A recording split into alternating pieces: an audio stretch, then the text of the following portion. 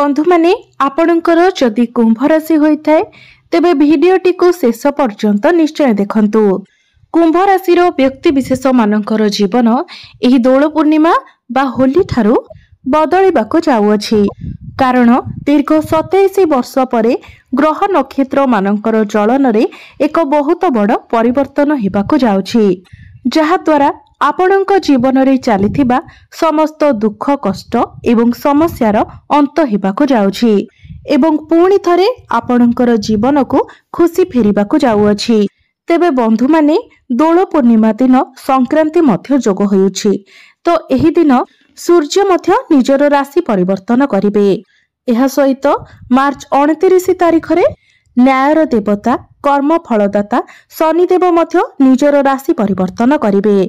तेबे शनिदेव दीर्घ 2.5 वर्ष परे निजर राशि परिवर्तन करबाको जाउछंती। तेणु आसंतु जानिबा एहा आपणको जीवन उपरे कोन प्रभाव पकाइबो। एही दोल पूर्णिमा तथा होली ठारू आपणको जीवन रे केउ सब परिवर्तन हेबाको जाउछि। तेबे एहा पूर्वरु जदि आपणकर मध्य कुंभ राशि होइथाय तेबे भिडियोटी को लाइक करी चैनल टी को सब्सक्राइब करि देबे। कमेंट बॉक्स रे जय श्री जगन्नाथ निश्चय लिखिबे। तेबे बंधु माने आमर एही कार्यक्रमटी जन्म राशि एवं चंद्र राशि उपरे आधारित अटे। तेबे आसंतु जानिबा एही होली अर्थात दोल पूर्णिमा ठारू आपणको जीवन रे कोन सब परिवर्तन हेबाको जाउछि। ग्रह मानकर गोचर आपणको केउ भली फल प्रदान करबाको जाउछि। विशेष करी सूर्य एवं शनिकर राशि परिवर्तन आपणको जीवन उपरे केउ भली प्रभाव पकाइबाको जाउछि। तेबे बंधु माने पूर्वरु आपणकर स्वास्थ्य खराब रहुथिला, धन जनित समस्या देखा देउथिला, आपण ऋण नेइथिले किंतु ऋण सुझी पारु नथिले, ऋण करजर भार आपणको उपरे बढ़ी जाइथिला, घर परिवार रे खुशीर वातावरण नथिला, शिक्षा क्षेत्र रे समस्या देखा शिक्षा क्षेत्र रे मध्य अनेक प्रकारर समस्या देखा देउथिला, आपणकर बहुत अधिक अजथा खर्च हेउथिला, समाज रे आपणकर मान सम्मान मध्य कम हो जाइथिला, योग्यता थिबा सत्वे एवं अनेक चेष्टा परे मध्य आपणको चाकरी प्राप्ति होई पारु नथिला, संतान संतति पई आपण चिंतित थिले, आपणकर व्यापार वाणिज्य रे लॉस हेउथिला, आपणकर प्रेम जीवन रे मध्य अनेक प्रकारर समस्या देखा देउथिला। तेबे एभली जहापि सब समस्या आपणक जीवन रे चालुथिला ताहा एबे दूर हेबाको जाउअछि। आपणक जीवन को पुणी थरे खुशी फेरिबाको जाउअछि। एही दोल पूर्णिमा एवं होली ठारू आपणक जीवन रे नूतन सूर्योदय हेबाको जाउछि। तो सर्वप्रथमे आसंतु जानिबा कुंभ राशिर व्यक्ति विशेष मानक पई नवग्रहंकर स्थिति एही दोल पूर्णिमा ठारू किपरि रहिबो। तेबे बंधु माने तेबे आपणकर प्रथम भावरे सूर्य एवं शनि विराजमान अछंती, द्वितीय भावरे बुध राहु शुक्र विराजमान अछंती, चतुर्थ भावरे देवगुरु बृहस्पति विराजमान अछंती, पंचम भावरे मंगल विराजमान अछंती एवं आपणकर अष्टम भावरे केतु विराजमान अछंती। तेबे विशेष भावरे आपणकर राहु एवं शुक्र एकत्र थिबा हेतु जीवन रे नाना प्रकारर समस्या आसुथिबो। एहा व्यतीत सूर्य एवं शनि मध्य एकत्र थिबा हेतु आपण निज स्वास्थ्य रे अनेक समस्या देखिबाको पाउथिबे।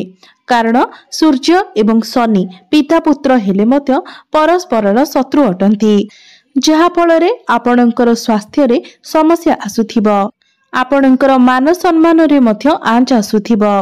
भविष्यत रे आपण किछि करिबाको चाहिले मध्य किछि करि पारु नथिबे। आपण मानक मन रे अनेक गुड़िए प्रश्न एवं द्वंद्व लागि रहुथिबो। विशेष करी कुंभ राशिर व्यक्ति विशेष माने निज शरीर रे किछि ना किछि समस्या निश्चय देखुथिबे।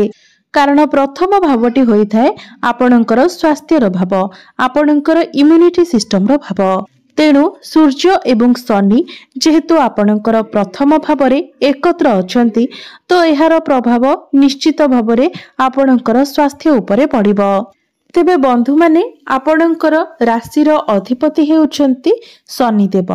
तो जदि आपणकर राशि रे शनि उच्चस्थ थांती, निजर स्व राशि रे थांती किंबा मित्र राशि रे थांती, तेबे निश्चित भाବରେ शनि आपणଙ୍କୁ उच्च सफलता प्रदान करिवे। मात्र जदि शनि आपणଙ୍କର जन्म कुंडली रे नीचस्थ थिबे, शत्रु राशि रे थिबे किंबा पीड़ित अवस्था रे थिबे, तेबे निश्चित भाବରେ आपण किछि ना किछि समस्या देई गति करुथिबे। तेबे सर्वप्रथमे जदि देखिबा तो एही दोल पूर्णिमा बा होली परठारु आपण आपणଙ୍କର स्वास्थ्य रे सुधार देखिबाको पाइबे। जदि आपणଙ୍କର किछि स्वास्थ्यगत समस्या रहिछि ताहा धीरे धीरे कम हेबाको लागिबो। समस्त स्वास्थ्यगत समस्यारो आपणଙ୍କୁ मुक्ति मिलिजिबो। आपण निजर भविष्यत पई काम करिबा आरंभ करिवे। निजर क्यारियर को आगको बढ़ाइबा पई आपण चेष्टा करिवे। एहा व्यतीत आपण निजर खाद्य पानीय को नहीं अधिक दायित्ववान मध्य होइजिबे। कारण मार्च मासर 29 तारिख दिन शनि आपणଙ୍କର द्वितीय भाव को आसीबे एवं देवगुरु बृहस्पतिଙ୍କର गृहरे रहिबे। अर्थात शनि कुंभ राशि आपणଙ୍କର मीन राशि को प्रवेश करिबे, जहाकि देवगुरु बृहस्पतिଙ୍କର राशि अटे। तेबे द्वितीय भावटी होइथाय धनर भाव, बाणीर भाव एवं आपणଙ୍କର कुटुंबर भाव। तो जदि आमे आपणଙ୍କର आर्थिक स्थिति को देखिबा तो वर्तमान आपण जो धनजनित समस्या रे पड़ी जाइछंती, आर्थिक समस्या देई गति करूछंती, से सबु आपणଙ୍କର दूर होइजिबो। आपणଙ୍କୁ अनेक गुड़िए स्रोतरु धन प्राप्ति हेबो। वर्तमान आपणଙ୍କର जो खराब परिस्थिति चालुछि सेथिरे आपण सुधार देखिबाको पाइबे। आपणଙ୍କର बैंक बैलेंस वृद्धि पाइबो। आपणଙ୍କର फाइनेंशियल ग्रोथ हेबो। आपण टंका संचय करबाको समर्थ होई परिबे एवं आपणଙ୍କର अटकी रहितिबा धन मध्य आपणଙ୍କୁ प्राप्ति हेबो। तेबे बंधु माने आपणଙ୍କର चतुर्थ भावरे देवगुरु बृहस्पति विराजमान अछंती, जहा फଳରେ आपण आपणଙ୍କର भौतिक सुखरे वृद्धि देखिबाको पाइबे। आपण जानवाहन, जमी, भूमि किंबा नूतन गृह निर्माण करि पारंती। घर को कोनोसी बड़ जिनिस मध्य आपण किनिकी आनी पारंती। कोनोसी लुहा जिनिस, इलेक्ट्रोनिक्स जिनिस किंबा मेसिन आपण किनिकी आनी पारंती। एही दोल पूर्णिमा एवं होली परठारु आपण आपणଙ୍କର मांकर स्वास्थ्य रे मध्य उन्नति देखिबाको पाइबे। आपणଙ୍କୁ आपणଙ୍କର मांकर सुख प्राप्ति हेबो।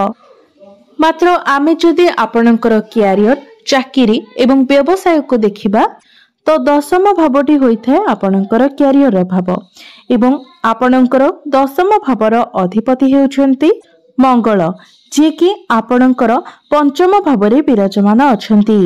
सेथिपई जदि आपणଙ୍କର क्यारियर रे पूर्वरु किछि भी समस्या लागि रहिथिला ताहा धीरे धीरे दूर हेबाको लागिबो।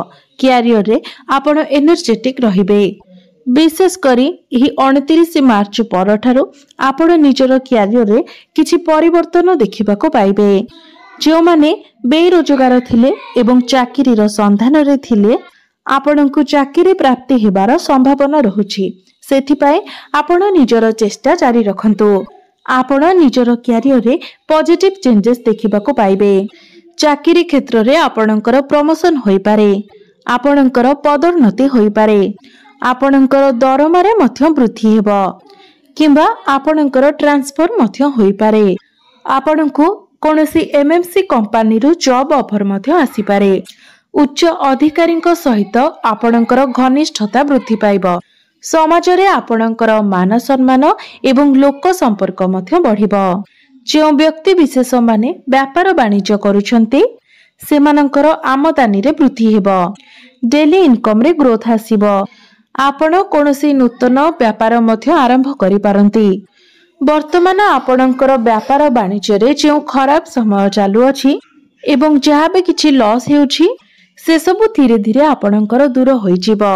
आपणଙ୍କର व्यापार वाणिज्य रे आपण सकारात्मक परिवर्तन देखिबाको पाइबे।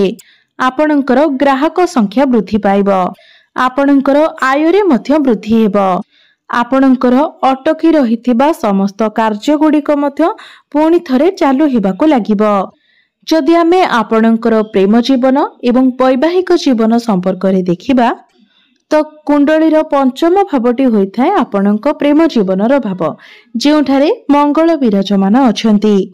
एप्रिल 3 तारिख पर्यंत मंगल आपणकर पंचम भाव ही रहिबे, जहा फल आपणकर पार्टनर मध्य टिके क्रोध स्वभाव देखा दे पारे, कारण मंगल हेउचंती अग्नि तत्वर ग्रह। मात्र पूर्वर आपणकर प्रेम जीवन रे जहा भी किछि समस्या रहितिला से सब समाधान होई जिवो। आपणक मध्य दूरता कम होई जिवो। आपणकर जदि ब्रेकअप हो जाइतिला, कथावार्ता बंद हो जाइतिला, तो आपणक मध्य से सब समाधान होई जिवो। आपणको भ्रमण सुख मध्य प्राप्ति हेबो। एहा व्यतीत आपणकर प्रेम जीवन वैवाहिक जीवन रे मध्य परिणत होई पारे। जदि आमे आपणकर दाम्पत्य जीवन को देखिबा तो कुंडलीर सप्तम भावटी होइथाय आपणक वैवाहिक जीवनर भाव, एवं आपणकर सप्तम भावर अधिपति हेउचंती सूर्य। सूर्य आपणकर प्रथम भावरे विराजमान अछंती एवं होली दिन अर्थात मार्च 15 को आपणकर द्वितीय भाव को चलन करिवे, जहा फल आपणकर वैवाहिक जीवन रे जहा भी किछि समस्या रहितिला से सब धीरे धीरे दूर होई जिवो। आपण दुई जनक मध्यरे बुझामणा भल रहिबो। आपणक मध्यरे भल पाइबा मध्य सुदृढ़ हेबो। आपण दुई जन मिसी किछि फैमिली प्लानिंग करि पारंती। जो दंपति माने दीर्घ दिन धरि संतानर कामना रखिथिले सेमानंकु संतान सुख मध्य प्राप्ति हेबो। घर एवं परिवार रे हस खुशीर लहरी लागि रहिबो। कोनोसी धार्मिक स्थान को आपण यात्रा करि पारंती। आपणकर पारिवारिक स्थिति मध्य भल रहिबो। आपणकर परिवार रे खुशीर माहौल देखा देबो। आपण आपणकर शिक्षा क्षेत्र रे मध्य उन्नति देखिबाको पाइबे। जे माने कॉम्पिटिटिव एग्जाम देउछंती किंबा अन्य कोनोसी एग्जाम आपण देउछंती तो सेथिरे आपण सफलता पाइबे। आपण उच्च शिक्षा करिबा पई बाहर को जाई पारंती। कोनोसी नूतन स्थान रे आपण एडमिशन नै पारंती। विशेष करी एप्रिल 3 तारिख पूर्वरु जदि आपण कोनोसी एग्जाम देउछंती तेबे सेथिरे निश्चित भावरे आपण उत्तीर्ण हेबे।